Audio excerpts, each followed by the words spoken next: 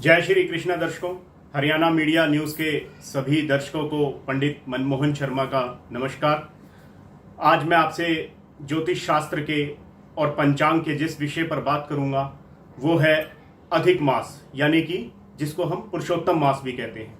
दर्शकों, इस बार श्राद्ध पक्ष के तुरंत बाद नवरात्रे शुरू ना होकर अधिक मास शुरू हो रहा है और नवरात्रे इस बार एक महीना लेट शुरू हो रहे हैं। 18 सितंबर से लेकर 16 अक्टूबर तक अधिक मास रहेगा। क्या होता है अधिक मास दर्शकों, हमारा जो ज्योतिष शास्त्र है और पंचांग है उसकी गणना सूर्य और चंद्रमा के अनुसार चलती है। अब सूर्य 365 दिन में अपनी गणना पूरी करता है और चंद्रमा 354 दिनों में। तो जो 11 दिनों का बीच में अंतर आता है, 3 साल के बाद वो अंतर टोटल 33 दिन का हो जाता है, यानी कि पूरा एक मास बन जाता है। और इस पूरे मास को दर्शकों हम अधिक मास कहते हैं। जब ऐसा हुआ दर्शकों, तो सभी देवता भगवान विष्णु के पास जाते हैं और उनसे अनुरोध करते हैं कि इस अधिक मास के देवता और अधिपति आप बनिए। भगवान विष्णु उनकी विनती स्वीकार कर लेते हैं और इसीलिए इस मास को भगवान विष्णु को समर्पित किया जाता है। और भगवान विष्णु का एक नाम पुरुषोत्तम भी है, इसीलिए इसे पुरुषोत्तम मास भी कहते हैं। इस बार सबसे बड़ी विशेषता यह है कि इस मास में 4 महत्वपूर्ण योग बन रहे हैं, जिसकी मैं आपसे विस्तार से चर्चा करूंगा। पहला योग अमृत सिद्धि योग, दूसरा योग स्वार्थ सिद्धि योग, तीसरा द्विपुष्कर योग और चतुर्थ योग पुष्प नक्षत्र योग।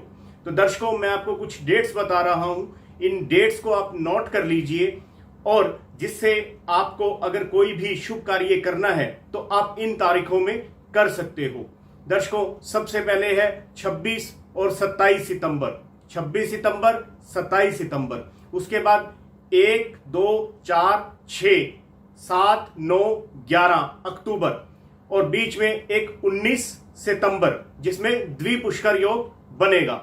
तो दर्शकों, इन डेट्स में अगर आपका कोई भी शुभ कार्य लंबे समय से आप नहीं कर पा रहे हैं, उसको आप कर सकते हो। अब दर्शकों, 19 वर्षों के बाद ऐसा संयोग बन रहा है जब अश्विन मास में पुरुषोत्तम मास पड़ रहा है। इससे पहले यह संयोग 2001 में बना था। और दर्शकों, जब पूरा देश और पूरा विश्व इस भयंकर कोरोना महामारी से गुजर रहा है, अगर हम इस मास का सही तरह से उपयोग कर लें और इस मास में होने वाले दान पुण्यों का अगर सही ढंग से हम यूज कर लें, तो दर्शकों ये पुरुषोत्तम मास इस कोरोना काल में एक संजीवनी बूटी का काम करेगा। शास्त्रों में भागवत पुराण के 6ठे स्कंद में यह स्पष्ट बताया गया है कि अपने चिकित्सक स्वयं बनो। और वर्तमान युग में भी डॉक्टर कह रहे हैं कि इस कोरोना से अगर आपको जंग जीतनी है तो आपको इसके प्रति संवेदनशील होना ही पड़ेगा। और अगर आप इसके प्रति संवेदनशील नहीं है तो ये जंग नहीं जीत पाएंगे। अब दर्शकों, संवेदनशील के साथ साथ हमें एहतियात भी रखने हैं और कोरोना के नियमों का पालन भी करना है। इस कोरोना से वही जंग जीत पाएंगे जिनमें आत्मविश्वास और उनका पॉजिटिव एनर्जी जिन लोगों में होगी, वरना इस बीमारी को नहीं जीत पाएंगे। इसीलिए मेरा आप सबसे अनुरोध है कि कोरोना के नियमों का भी पालन कीजिए। दर्शकों, जिस तरीके से अगर कोई कितना ही कुशल तैराक क्यों ना हो और उसे समुद्र पार करना हो तो वो समुद्र पार नहीं कर सकता। उस समुद्र को पार करने के लिए उसे किसी न किसी की सहायता की जरूरत होगी। ठीक इसी तरीके से अगर हमें इस संसार रूपी भवसागर से पार निकलना है तो हमें भगवान की शरण में जाना ही होगा और भगवान की भक्ति करनी ही होगी, अन्यथा हम इस संसार से नहीं निकल पाएंगे। अब मैं आपको वो उपाय बताऊंगा जो इस पुरुषोत्तम मास में आपके लिए और आपके परिवार के लिए चारों तरफ से सुख समृद्धि लेकर के आएंगे। हम सबको पता है दर्शकों, इस समय हर किसी के घर में एक भय का माहौल फैला हुआ है, जिसकी वजह से डिप्रेशन, लड़ाई झगड़े और बीमारी, ये सब तरफ से इंसान और लोग घिरे हुए हैं। इन सब चीजों से निकलने का एक ही उपाय है कि हमें भगवान की शरण में जाना पड़ेगा और भक्ति करनी होगी। इस पुरुषोत्तम मास में मेरा आप सबसे अनुरोध है कि जो मैं आपको उपाय अब बताने वाला हूं, आप उन उपायों को कीजिए और अपने जीवन को सुंदर और सुखमय बनाइए।